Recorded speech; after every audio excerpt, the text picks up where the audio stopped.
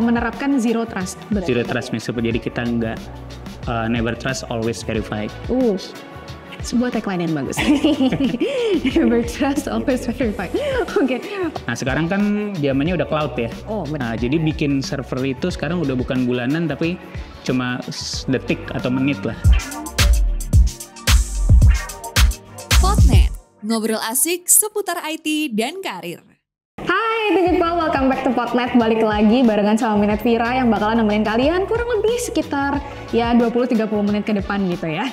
Kalau lihat setupnya beda hari ini, kita hari ini sebenarnya lagi di kelasnya, salah satu kelasnya Coursenet yang mungkin biasanya tuh dipakai untuk kelas CEH ataupun ya kelas-kelas cyber security yang lainnya. Dan pas banget hari ini ngundangnya juga salah satu narasumber yang memang bergerak di bidang cyber security.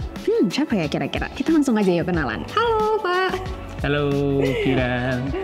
Oke, nah Pak Adi boleh tolong dong diperkenalkan dulu, mungkin IT people banyak yang belum tahu ya. Siapa sih kira-kira Pak Adi? Kemudian saat ini memang kegiatan sehari-harinya lagi ngapain nih Pak biasanya? Oke, IT people, sebutannya IT people ya. Yes. Jadi nama saya Adi.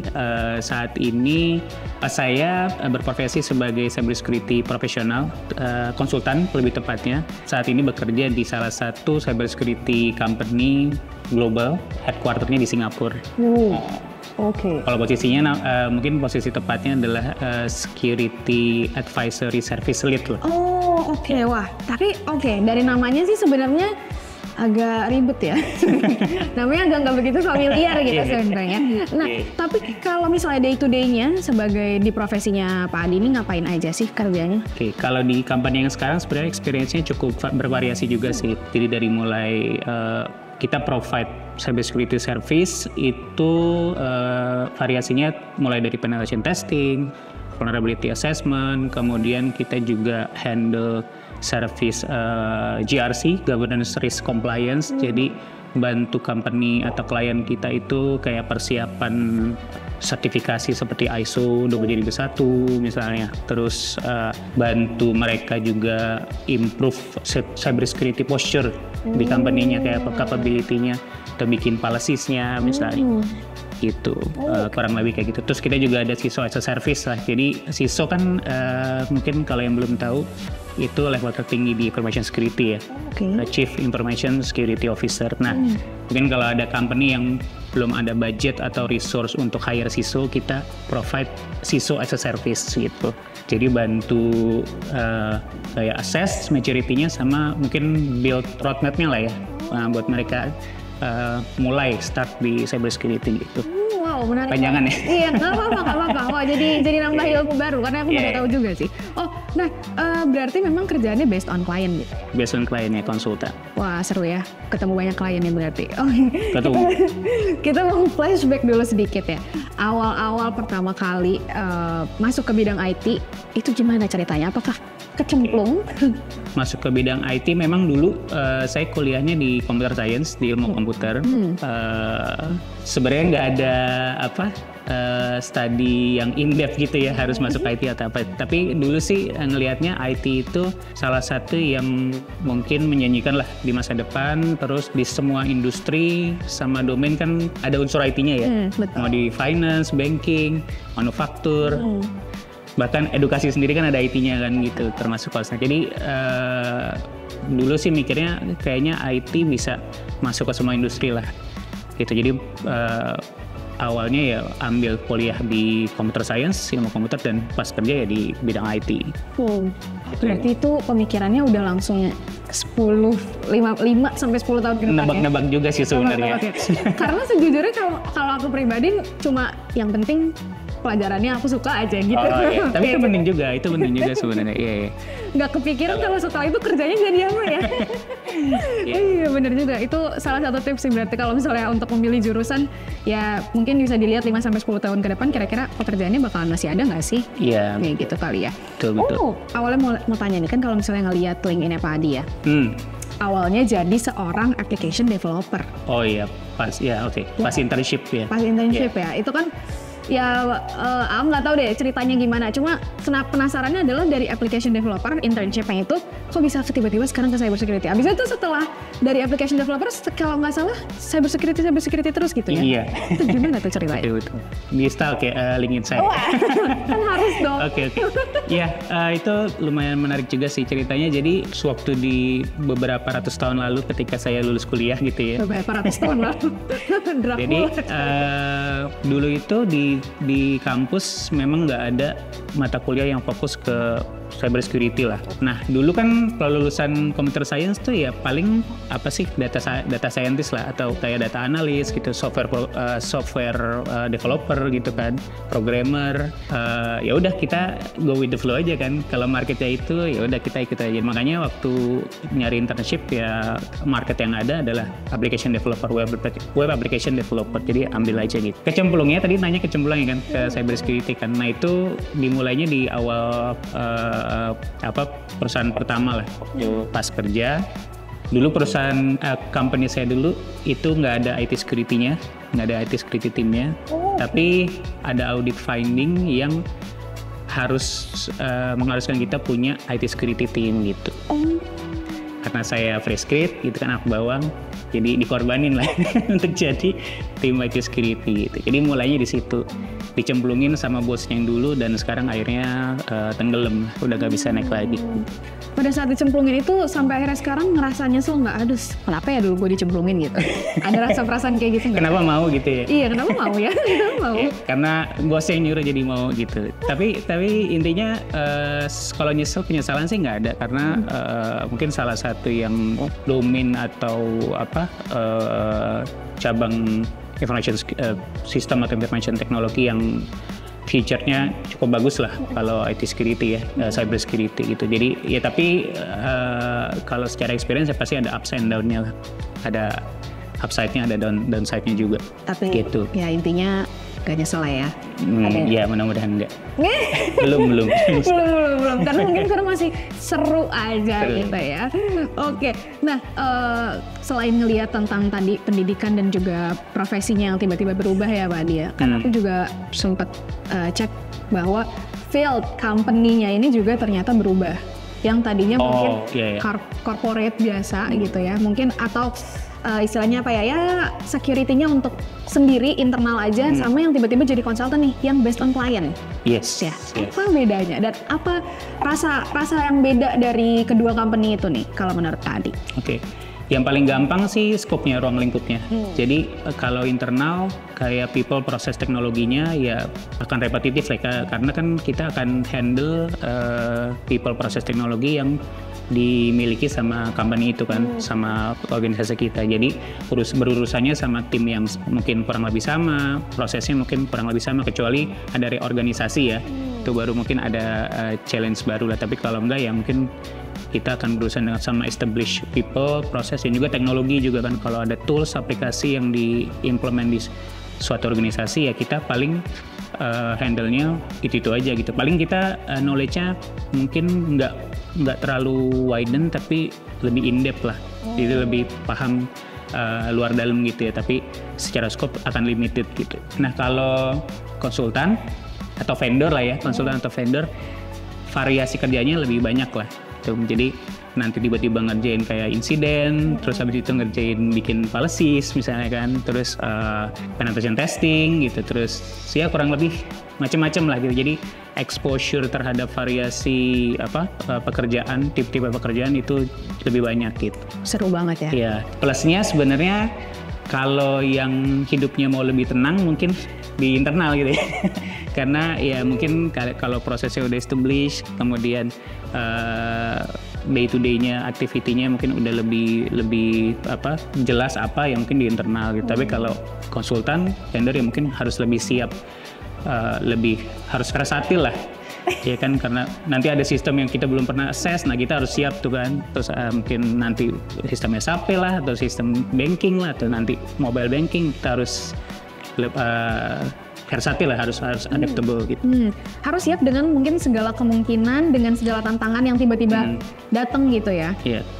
Tapi kalau misalnya ditanya, Lebih seru mana kalau menurut Pak Adi?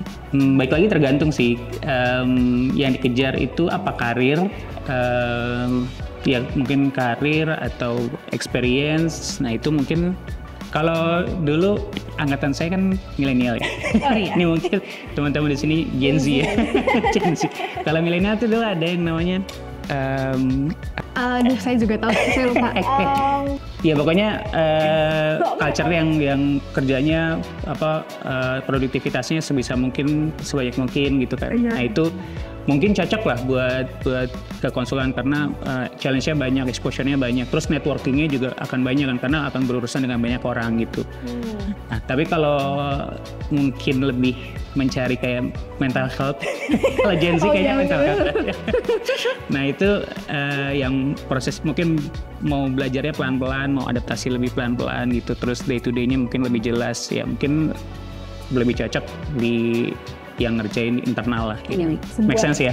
Make sense. Jadi kayak gitu ya. Sebuah tips ya. Itu sebenarnya make sense aja sih. Kalau misalnya di dunia kreatif, mungkin bedanya adalah perusahaan biasa atau agency. Oh iya, ini mungkin gitu. Hampir sama kan? Iya. Agency based on client, ya udah gitu kalau butuh deadline apa-apa diburu-buruin. Tapi kalau misalnya perusahaan biasa ya kayak gini misalnya buat internal aja, ya udah. Jadi make sense kok. Sebenarnya ini sebenarnya nggak cuma buat anak IT sih ya, buat buat yang lain juga kayak gitu ya. Gitu. Oke. Jadi, tapi kalau misalnya memang disuruh pilih satu untuk sekarang ya, untuk sekarang. Kalau sekarang karena pribadi ya. Pribadi, Soalnya ya, kalau pribadi aja. sekarang lagi masih mengejar karir, mungkin di third party atau di vendor atau di konsultan lah. Nah, jadi hands on-nya juga lebih banyak gitu kan. Karena kan kalau internal mungkin banyak yang task yang delegasi ke third party juga gitu. Nah, kalau third party-nya ini yang benar-benar hands on-nya yang benar-benar kayak practical experience-nya di situ gitu. Nah, sebagai orang nih Pak, aku penasaran juga sebagai orang yang mungkin berkarir udah hampir 15 tahun, bener? Sekitaran segitu? 13 kayaknya. Oh, around 13. 10, 14 lah, 14. Hampir 14. Iya, kayak 14-an ya. Ini kan dari zamannya yang mungkin belum secanggih sekarang lah kalau kita bisa bilang. Awal berkarir banget mungkin nggak yang serangannya nggak masif dan juga sekompleks sekarang gitu ya di zaman dulu. Apa perbedaan security tentang cyber security yang Pak Adi paling rasakan perbedaannya gitu? Mungkin banyak, tapi yang paling berkesan buat saya itu mungkin related ke virtualisasi ya.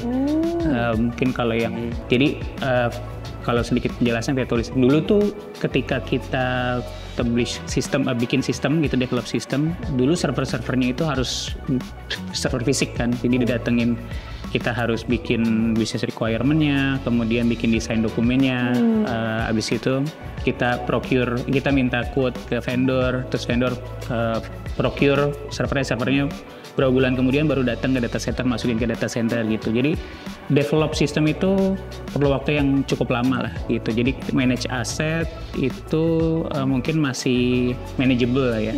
Nah kalau sekarang kan sedikit demi sedikit sampai saat ini tuh virtualisasi kan. Jadi dulu ada yang namanya hypervisor, jadi bikin server itu tinggal spin off di VM gitu, jadi servernya mungkin nggak harus fisik tapi ada satu server fisik yang gede, kita bisa bikin server di dalamnya. Nah sekarang kan zamannya udah cloud ya. Nah jadi bikin server itu sekarang udah bukan bulanan tapi cuma detik atau menit lah gitu. Nah ini jadi manage aset dulu sama manage security asset yang dulu sama manage security asset yang sekarang, perbedaannya di situ. Jadi perubahannya lebih cepat gitu. Jadi monitoringnya harus lebih proper, harus di automate gitu. Udah nggak bisa manual lagi gitu. Itu yang paling berasa sih. Nah dulu pernah ada klien yang cloud-nya ke breach, dia bikin server banyak dalam waktu singkat buat mining Bitcoin gitu. Oh, dan itu dulu atau sekarang? Dulu. Oh, dulu ya? Ya, ada salah satu company yang minta tolong lah, gimana benerinnya gitu. Oh, I see. Wah, tapi ya kalau dulu nggak mungkin kan itu terjadi, nggak mungkin secara fisik bisa bikin secara cepat itu nggak mungkin kan. Betul. Nah, itu salah satu yang lumayan berkesan lah, virtualisasi. Yang kedua mungkin signifikansi dari network security ya. Jadi dulu tuh network itu kan dibagi-bagi, ada yang trusted network, ada yang untrusted network. Itu pernah dengar nggak dulu? Belum pernah ya? Ada DMZ, ada yang Kalau DMZ itu demilitarized zone. Jadi kalau ada yang masih ada yang tahu DMZ itu mungkin kalian sudah tidak muda lagi ya, jadi bisa bisa cek kolesterol ya. Jadi DMZ itu dulu ada untrusted, ada trusted gitu. Proteksinya itu berdasarkan network gitu. Jadi proteksi dari attacker harus melalui perimeter atau DMZ, dan kalau udah masuk itu masuknya ke trusted network gitu. Jadi firewall, IPS, IDS itu penting dulu, sangat penting lah. Karena kalau sekarang kan geser ke, karena networknya udah bukan, nggak ada trusted sama untrusted network lagi. Sekarang prinsipalnya adalah zero trust gitu. Jadi semua endpoint itu kita udah assume networknya itu ke breach. Tuh, ya jadi bukan di network lagi defense-nya, tapi di endpoint, di laptop, di handphone gitu. Itu perbedaannya sih. Iya benar-benar. Ya, kalau dulu ya hackernya tugasnya ngejebol network, tapi kalau sekarang kita udah anggap networknya itu udah berasumsi network itu udah ke breach tuh. Yeah. Gitu. Gimana kita mau melindungi network kalau kerjanya aja di cafe depan gitu kan, WFH gitu. Ya pasti proteksinya harus di endpoint-nya kan, iya, bukan di networknya gitu. Iya benar-benar. Oh, wah. Itu sih. Ini tapi diakselerasi sama pandemi juga sih. Jadi iya, dulu kan mungkin di kantor masih di dalam network trusted, tapi sekarang kalau orang bisa kerja dari luar, dari rumah ya, kita nggak bisa proteksi network lagi, kita harus proteksi endpoint-nya gitu. endpoint-nya. Menerapkan zero trust. Betul. Zero trust meskipun jadi kita nggak never trust, always verified. Sebuah tagline yang bagus. Never trust, always verified. Oke. Oh, ada satu pertanyaan menarik yang tadi muncul setelah Pak Adi bilang bahwa kan sekarang memang apa-apa pakai cloud ya, udah nggak pakai server. Mostly Udah nggak ada tuh yang maksudnya ada sih, tapi mungkin udah jarang yang pakai secara fisik gitu ya. Apakah seorang cyber security itu perlu juga untuk belajar cloud computing atau cloud gitu maksudnya? Perlu nggak sih punya ilmunya atau sebenarnya nggak usah?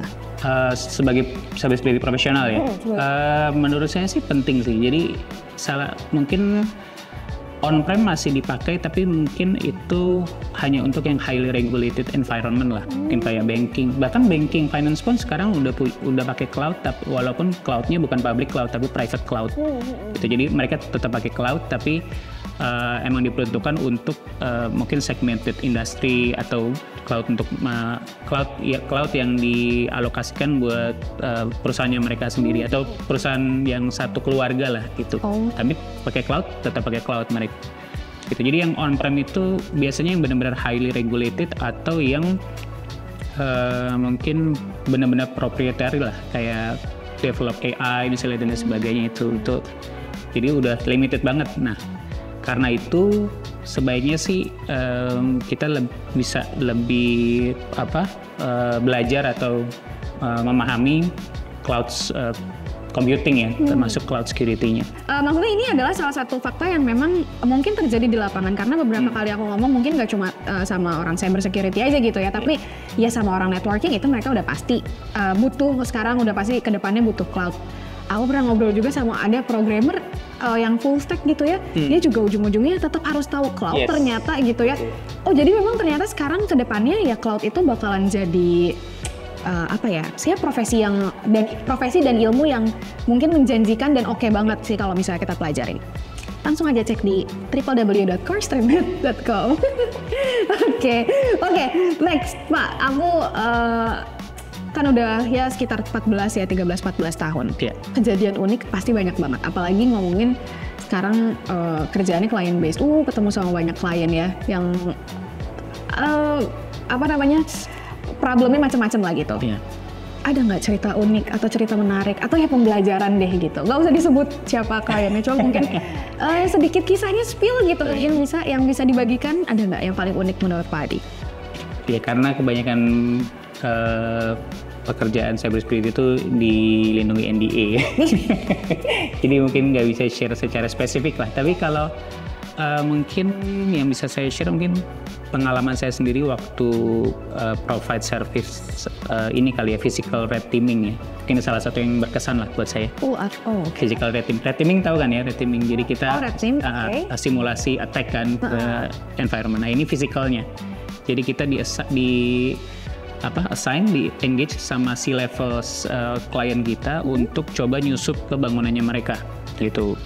Oh ini Fisiknya. Oh wah seru. Gitu. Itu ada beberapa klien kita lah, dan itu salah satu yang menurut saya lumayan berkesan. Kenapa? Karena yang kita lihat di film-film itu kita praktekin gitu kan. Jadi kita duduk di kantin di tempat dekat kantornya mereka, terus ngeliatin behaviornya ke klien, karyawan mereka kayak apa, bajunya kayak apa, kalau masuk pakai ID cardnya bentuknya kayak gimana gitu kan, masuknya kapan, pulangnya kapan. Nah itu kita research, kemudian ketika kita udah confident, kita pakaiannya kayak mereka, pakai ID kayak mereka, nah itu kita berhasil masuk gitu.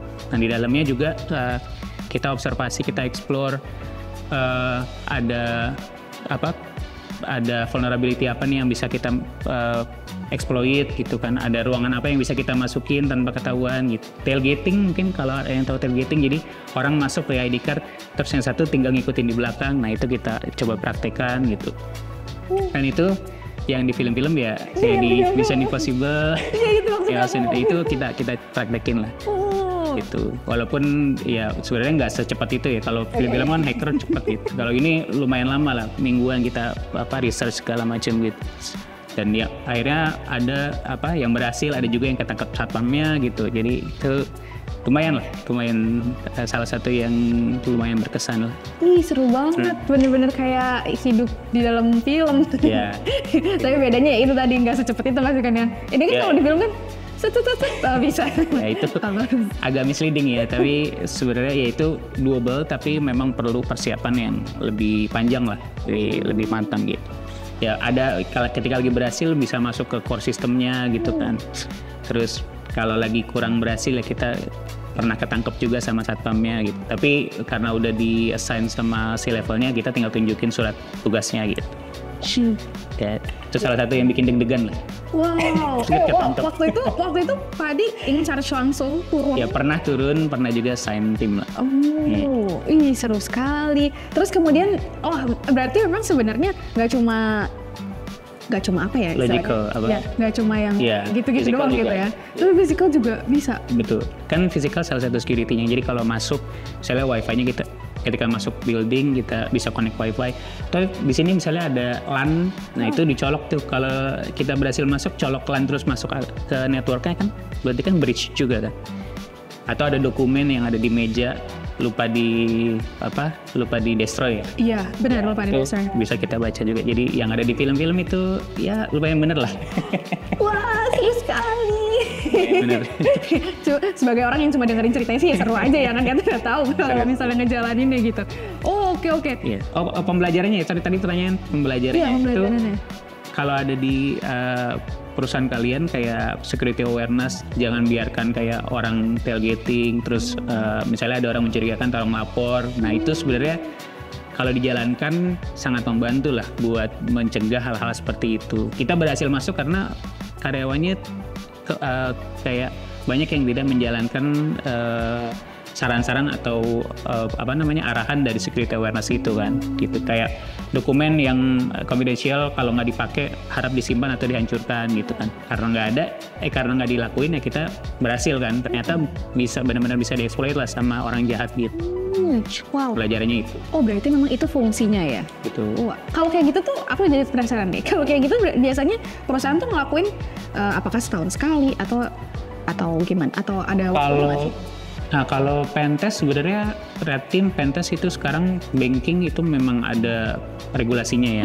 Kayak pentest red teaming itu setahun sekali, atau kalau ada sistem baru atau perubahan besar pada sistem lah kalau banking finance. Tapi kalau yang kayak physical red teaming itu karena nggak ada regulasinya, jadi biasanya itu inisiatif dari internal aja sih.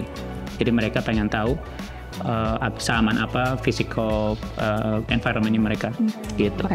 Kita mau berakhir kebetulan ya videonya. Okay. Ada nggak pesan kalau misalnya dari Pak Adi untuk IT people yang entah mungkin baru mulai karirnya sebagai seorang cyber security di bidang cyber security maksudnya, atau mungkin ada juga yang udah bekerja di bidang cyber security ada nggak mungkin gimana sih caranya biar tetap eksis di bidang ini? Apa yang harus mereka lakukan? Tips and triknya ada? Oke, kalau baru mulai ya, itu mungkin saran berdasarkan experience saya ini personal opinion itu adalah banyakin experience hands on lah. Kayak practical experience hands on gitu ya. Kalau misalnya SOC, misalnya sebagai SOC kalau bisa ya pegang atau kulik-kulik CM-nya misalnya atau EDR-nya misalnya. Kalau pen tester ya mungkin pakai properly gimana, pakai bersuit misalnya atau Nmap. Jadi benar-benar kayak hands on, karena once sudah masuk ke strategic level atau manager level misalnya, jadi nggak ngawang-ngawang lah, punya special memori. Waktu pentest tuh sebenarnya ngapain aja sih gitu kan, waktu SOC itu sebenarnya ngapain aja sih gitu. Itu hands-on cukup penting lah. Tapi intinya ya penting lah untuk ikut komunitas, bangun relasi. Dari situ juga sebenarnya mungkin bisa jadi banyak ilmu dan juga nanti job vacancy siapa tahu dapetnya dari komunitas gitu kan ya. Oke deh IT People, terima kasih banyak Pak Adi sudah ngobrol-ngobrol di Carsnet hari ini. Seru banget obrolannya. Mungkin sebagai orang non IT gitu ya, atau ya anak IT juga belum tentu semuanya tahu bahwa ternyata pekerjaannya memang seperti itu gitu kan ya. Jadi seneng banget sih hari ini bisa ngobrol-ngobrol bareng Pak Adi, ngobrol banyak banget, apalagi juga udah mengalami ya beberapa perubahan yang ada di bidang cyber security gitu ya. Oke, seperti itu aja IT People. Anyway, kalau misalnya mau jadi kayak Pak Adi ya tetap harus berusaha sih. Cuma maksudnya kalau misalnya mau bisa memulai karir seperti Pak Adi juga bisa ikutan kelas cyber security yang ada di Carsnet. Kita ada banyak banget, ada bisa mulai dari CEH, CHFI atau juga CPEN buat yang mau gitu ya. Jadi jangan lupa kunjungi www.cars-net.com untuk tahu informasi lebih lanjut seputar kelas-kelas cyber security yang ada di Carsnet. Well, Minat Vira pamit undur diri. Sekali lagi terima kasih banyak Pak Adi. Sampai jumpa di video selanjutnya. Bye! Potnet, ngobrol asik seputar IT dan karir.